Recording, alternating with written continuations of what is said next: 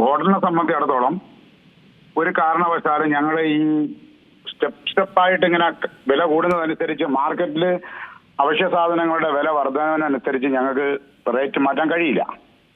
യഥാർത്ഥത്തിൽ ഞങ്ങളിപ്പോ വളരെ ബുദ്ധിമുട്ടിലാണ് പോയിക്കൊണ്ടിരിക്കുന്നത്. ഹോട്ടൽ അസോസിയേഷനെ സംബന്ധിച്ചിടത്തോളം ഹോട്ടലുകാരുടെ ഈ ചിക്കന്റെ വില വർധനവിൽ യാതൊരു വിധമായ നേട്ടവും ഇല്ലാതെ വലിയ രീതിയിലുള്ള നഷ്ടത്തിൽ പോയിക്കൊണ്ടിരിക്കുന്ന ഒരു സമയമാണ്.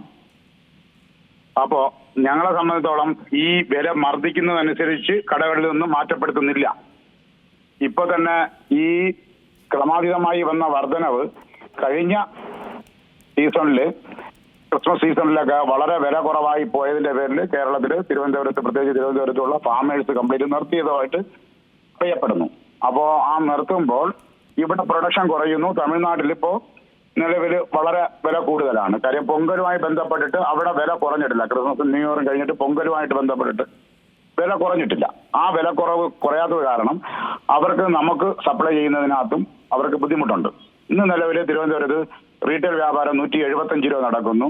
ഹോട്ടലുകാർക്ക് 160 രൂപ കൊടുക്കുന്നു. 150 ഫാമേഴ്സിന് നിന്ന് അവർക്ക് കിട്ടുന്നു. ഈ രീതിയിലുള്ള വിലയോരമാണ് ഇന്ന് അറിയാൻ സാധിച്ചിട്ടുള്ളത്. ഞങ്ങളെ സംബന്ധിച്ചിടത്തോളം ഹോട്ടലുകാർ വളരെ പ്രതിസന്ധിയിലാണ്. കാരണം അവശ്യ സാധനങ്ങളുടെ വില വർധനവ് കോഴിന്നല്ല, ബാക്കി എല്ലാ സാധനങ്ങളും വില കൂടി നിൽക്കുമ്പോഴാണ് ഇടിത്തി വീഴും പോലെ മുട്ടയ്ക്കടക്കം, സവാളയ്ക്കടക്കം, അതായത് മാർക്കറ്റ് സ്റ്റഡി അല്ലാത്ത ഒരു സാഹചര്യത്തിൽ നിൽക്കുമ്പോൾ ശമ്പളക്കാരെയും കൊടുത്ത് കച്ചവടം നടത്തി പോകാൻ സാധ്യത അല്ല എന്ന് മനസ്സിലാക്കുന്ന ഒരു സാഹചര്യത്തിലാണ് ഇപ്പൊ പോയിക്കൊണ്ടിരിക്കുന്നത്. ആ സമയത്താണ് ഇപ്പോ ഇടുത്തി വീഴും പോലെ ഈ ചിക്കന്റെ ഈ വില വർധനവൂടെ ആയപ്പോ വളരെയധികം വിഷമത്തിലാണ് ഹോട്ടൽ വ്യവസായികൾ. അപ്പൊ ഈ കറികൾക്കൊന്നും വില കൂട്ടില്ല എന്നുള്ളതാണോ പറയുന്നത്? അപ്പൊ നിങ്ങൾക്കുള്ളൊരു ലാഭം എങ്ങനെയാണ് ഇതിൽ? ലാഭമല്ല, നഷ്ടത്തിലാണ് പോകുന്നത്. ലാഭം രണ്ടാമതാണ്, നഷ്ടത്തിന്റെ വർധനവാണ് കൂടുന്നത്. അത് പ്രതീക്ഷിക്കുന്നത് ഈ പൊങ്കലോട് കൂടി വില കുറയുമല്ലോ എന്നുള്ളൊരു പ്രതീക്ഷ മാത്രമാണ് ഞങ്ങൾക്കുള്ളത്. ഞങ്ങള് ചിക്കന്റെ വിഭവങ്ങള് ഇപ്പൊ കുറയ്ക്കാനും പറ്റാത്തൊരു സാഹചര്യമാണുള്ളത്. കാര്യം ആളുകൾക്ക് കൊടുക്കണമല്ലോ. ഇപ്പൊ നമ്മൾ ഡയറക്റ്റ് കസ്റ്റമേഴ്സുമായിട്ട് ബന്ധപ്പെടുന്നവരാണ് ഹോട്ടൽ വ്യവസായികൾ. അവരെ സംബന്ധിച്ചിടത്തോളം അവർക്ക് മുഖം നോക്കി ചെയ്യാതിരിക്കാൻ പറ്റില്ല. ബില്ല് വരുമ്പം ക്യാഷിൽ നിന്ന് നമ്മൾ പൈസ അടയ്ക്കേണ്ടത് വേറെ വഴിയാണെങ്കിലും കച്ചവടക്കാര് പെട്ടെന്ന് കൂട്ടുക എന്നുള്ളത് ഒരു മാന്യത അല്ല എന്നതുകൊണ്ട് ആലോചിക്കുന്നു. എന്തായിരുന്നാലും ഞങ്ങളും ആലോചിച്ചുകൊണ്ടിരിക്കുന്നു. ഈ രീതിയിൽ തുടർന്നു കഴിഞ്ഞാൽ ഈ വ്യവസായം പൂട്ടിപ്പോകുമെന്നുള്ളൊരു സാഹചര്യത്തിൽ പുനഃപരിശോധിക്കേണ്ടി വരും. അപ്പോൾ നിലവിലിപ്പോൾ ഹോട്ടലുകളിലെ വിഭവങ്ങൾക്ക് വില കൂട്ടില്ല എന്നുള്ളത് തന്നെയാണല്ലേ?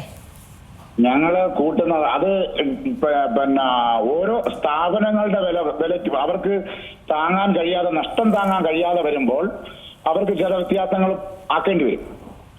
അസോസിയേഷൻ ഏകീകരിച്ചിട്ടൊന്നുമില്ല. വില നിലവാരത്തിനെ സംബന്ധിച്ചിടത്തോളം ഹോട്ടൽ ആൻഡ് റെസ്റ്റോറന്റ് അസോസിയേഷൻ ഏകീകരിച്ചിട്ടില്ല വില നിലവാരം.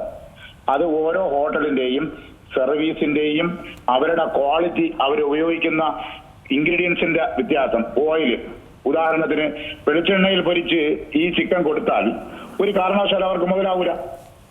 കാര്യം ഇപ്പോൾ ഉള്ള എണ്ണ വിലയും ഈ ഇതുമായിട്ട് ആയി പോകില്ല. ഗ്യാസിന്റെ വില വർധനവ് 119 രൂപ ഇപ്പൊ കൂടിയിട്ടുണ്ട്. ഇപ്പോ ഓരോ സാധനങ്ങൾ, ചിക്കൻ നമ്മൾ എടുത്തു പറയാവുന്നത് പെട്ടെന്നുണ്ടായ ഒരു ഭീമമായ ഈ ക്രിസ്മസോടുകൂടി ന്യൂ ഇയറിന് കുറയേണ്ടതായിരുന്നു. പക്ഷെ തമിഴ്നാട്ടിൽ നിന്ന് ഇവിടെ ഫാമേഴ്സ് കുറവായതും തമിഴ്നാട്ടിൽ നിന്ന് അവിടെ വില കുറയാത്തതും കാരണമാണ് ഇതേ വിലയ്ക്ക് നിൽക്കുന്നത്. എന്തായിരുന്നാലും നമ്മൾ ഹോട്ടലിനെ സംബന്ധിച്ചോളം ഓരോ സ്ഥാപനങ്ങളിലും അവർക്ക് നിൽക്കാൻ കഴിയാതെ വരികയാണെങ്കിൽ ചെറിയ വ്യത്യാസങ്ങൾ വരുത്തിയാലേ അവർക്ക് മുന്നോട്ട് പോകാൻ കഴിയുള്ളൂ. അത് കസ്റ്റമറും ഹോട്ടലുകാരും തമ്മിലുള്ള ഒരു ബന്ധത്തിന്റെ പുറത്ത് ചെറിയ വ്യത്യാസങ്ങൾ ഓരോ മേഖലകളിലും ഉണ്ടാക്കുന്നുണ്ട്. ഏറ്റവും പുതിയ വാർത്തകളും വിശേഷങ്ങളും വിരൽത്തുമ്പിലറിയാൻ സീ മലയാളം ന്യൂസ് എല്ലാ ഡിജിറ്റൽ പ്ലാറ്റ്ഫോമുകളിലും ലഭ്യം.